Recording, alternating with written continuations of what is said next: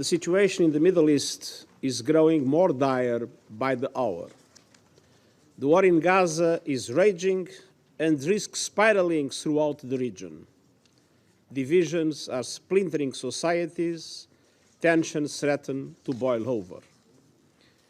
At a crucial moment like this, it is vital to be clear on principles, starting with the fundamental principle of respecting and protecting civilians. I have condemned unequivocally the horrifying and unprecedented 7 October acts of terror by Hamas in Israel. Nothing can justify the deliberate killing, injuring, and kidnapping of civilians or the launching of rockets against civilian targets. All hostages must be treated humanely and released immediately and without conditions. It is important to also recognize the attacks by Hamas did not happen in a vacuum. The Palestinian people have been subjected to 56 years of suffocating occupation.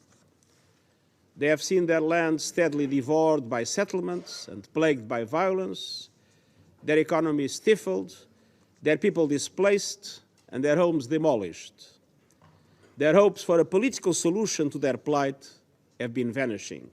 Even war has rules. We must demand that all parties uphold and respect their obligations under international humanitarian law. Protecting civilians can never mean using them as human shields. Protecting civilians does not mean ordering more than 1 million people to evacuate to the south, where there is no shelter, no food, no water, no medicine, and no fuel, and then continuing to bomb the south itself. I am deeply concerned about the clear violations of international humanitarian law that we are witnessing in Gaza. No party to an armed conflict is above international humanitarian law. Excellencies, thankfully some humanitarian relief is finally getting into Gaza, but it is a drop of aid in an ocean of need. In addition, our UN fuel supplies in Gaza will run out in a matter of days, and that would be another disaster. Without fuel, aid cannot be delivered, hospitals will not have power, and drinking water cannot be purified or even pumped.